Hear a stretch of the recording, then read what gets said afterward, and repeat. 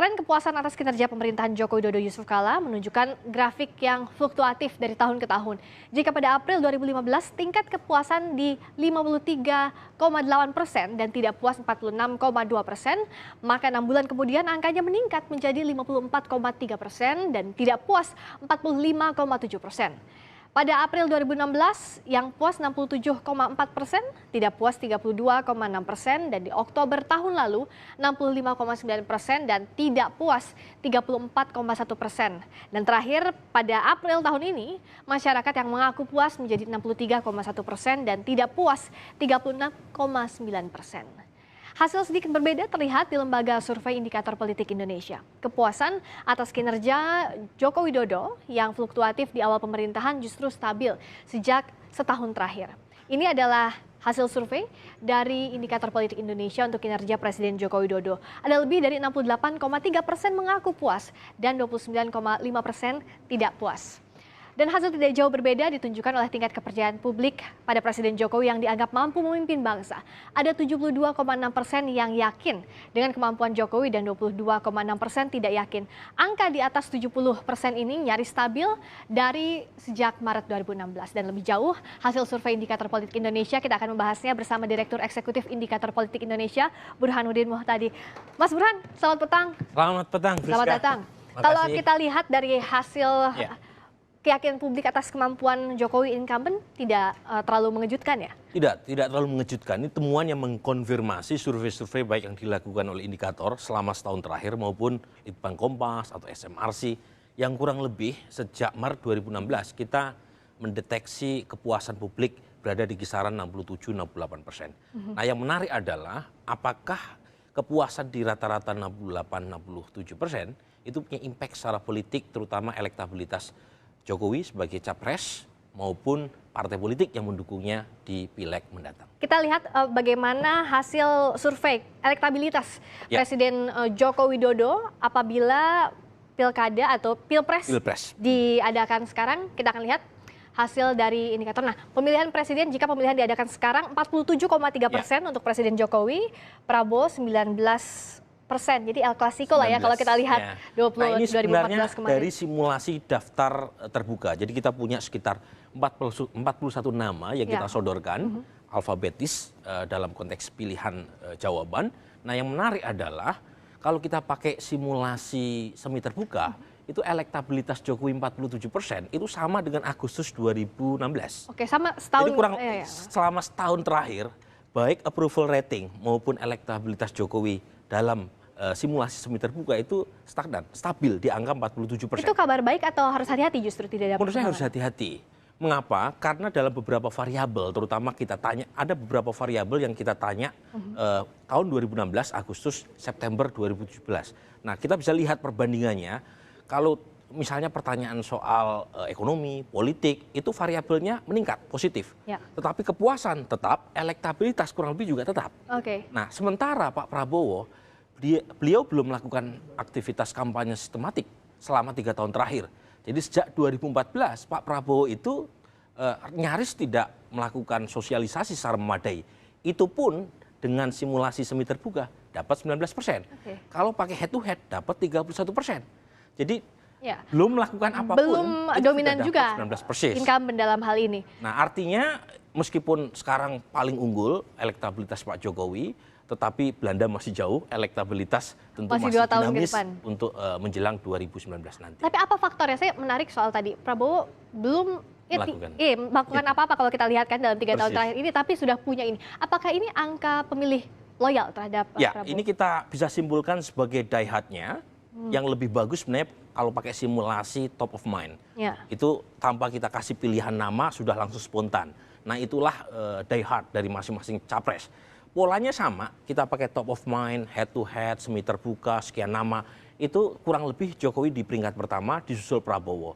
Yang menurut saya menarik untuk kita lihat adalah daftar nama capres-capres di bawah. Untuk Pak SBY masih muncul, karena memang masih terbuka ruang. Karena yang dilarang menurut konstitusi adalah 2 periode berturut-turut. Tapi lagi-lagi ada nama Anies Baswedan, ada nama Ahok, meskipun beliau sedang terkena kasus pun masih muncul. Ada nama Gatot gitu ya, ada nama Haritanu. Yang menurut saya tidak bisa diremehkan. Ya. Jadi Pak Jokowi tidak bisa menganggap enteng gitu ya. selama Nama-nama 2 ini tahun ke karena depan. memang sering muncul di pemberitaan, muncul di publik, atau apa? Salah satu penyebabnya adalah orang nggak mungkin milih kalau nggak kenal. Nah, kenapa misalnya nama seperti Anies, Ahok, AHY juga itu elektabilitasnya relatif baik gitu ya, di atas 1% meskipun masih di bawah 3%. Karena mereka relatif lebih dikenal. Karena kasus pilkada kemarin itu semacam publikasi gratis buat Oke. ketiga calon Artinya tadi. baik itu negatif atau publik bagi negatif atau positif bagi sebagian publik itu tetap saja meningkatkan Ya, elektabilitas. jadi dalam konteks politik gitu ya, nggak ada tuh yang namanya bad publicity. Yang penting A bad nampil lah ya. publicity is a good publicity. Karena bagaimanapun orang nggak mungkin milih kalau nggak kenal. Nah, itu yang menjelaskan misalnya Pak Gatot selama beberapa minggu terakhir kan sangat ramai Iya betul. dengan manuver politiknya. Ya, orang membacanya sebagai manuver politik. Karena bagaimanapun itu bagian dari usaha untuk meningkatkan awareness. Oke. Sekarang Pak Gatot mungkin elektabilitasnya masih 1,7 Ya. karena lebih faktor awareness beliau yang masih kurang maksimal. Oke, kalau kita buat head to head, coba kita akan lihat datanya. Simulasi dua nama masih sama 2000. Ya, ini head to head memang kita pilih Pak Jokowi sama Pak Prabowo. Mengapa? Karena dari sekian banyak nama yang stand out, dua besar konsisten, sejauh ini masih Pak Jokowi dengan Pak Prabowo. Tadi saya katakan, Pak Prabowo belum melakukan aktivitas kampanye sistematik 3 tahun terakhir. Tapi sudah Itu pun 31. kurang lebih sepertiga Ya. pemilih sudah jatuh hati sama beliau. Jadi loyalis beliau relatif tidak berkurang selama 3 tahun terakhir. Ini yang menurut saya patut diwaspadai. Jadi meskipun Pak Jokowi berada di peringkat pertama 58%, kalau kita pakai perbandingan tahun lalu naik sekitar 3%, tapi Pak Jokowi sudah malang melintang Ya. dari Meskipun Aceh sampai frekuensi Papua. tampil dari Pak Jokowi ini lebih Tinggi sekali. banyak, Dari Aceh sampai Tapi Papua, belum dari bisa Miangas unggul sampai Rote. Tetapi keunggulannya jauh. itu belum di atas 60%. Ya. Dan Pak Prabowo kita ingat tahun 2014 waktu kita melakukan survei Desember 2013 ya, jelang beberapa bulan Pilpres dan Pileg, itu Pak Prabowo saat itu head to head 27%. Oke. Nah, menjelang Pilpres itu naik menjadi 46%. Artinya Pak Prabowo itu punya potensi sebagai calon yang mampu mengangkat elektabilitas ketika masa kampanye dan pemilu mendekat. Nah, ini yang nggak bisa diabaikan oleh Oke. Pak Jokowi atau calon lain yang Kalau ingin kita lihat kan berkontestasi. kejar-kejaran lah antara Ya. Pak Jokowi dengan Pak Prabowo. Tapi peluang calon lainnya seperti apa? Nah, ini menarik. Ketika kita cross Friska dengan basis masa partai. Ya. Karena kita kan nanya, jika pemilu diadakan hari ini, partai mana yang Ibu Bapak pilih? Selain pilihan capres, kita tanya elektabilitas partai. Basis masa partai PKS, Demokrat, PAN, itu cenderung mencari figur alternatif di luar dua nama ini. Jadi oke. kalau kita cross tabulasi dengan pilihan capres, basis masa ketiga partai tadi itu yang memilih lainnya di luar dua nama ini Masih itu banyak lebih tuh ya? besar. Oke. Ya. Nah, ini menjelaskan mengapa misalnya gitu ya, naiknya munculnya nama Gatot itu lebih membahayakan Prabowo sebenarnya. Mengapa? Karena basis masa Prabowo dengan irisan segmentasi pemilih Gatot itu relatif mirip. Jadi suara pendukung Gatot itu relatif potensial menggerogoti suara Jadi Prabowo. bisa dikatakan kalau selain dua figur utama ini, nama-nama lain kalaupun yang kuat bisa menjadi wakil dari salah satu di antara keduanya, ini bisa menjadi ancaman juga. Persis. Jadi belum lagi misalnya bagaimanapun masih ada waktu yang cukup panjang buat calon mempersiapkan. Pak Jokowi misalnya itu mulai muncul Oktober 2013.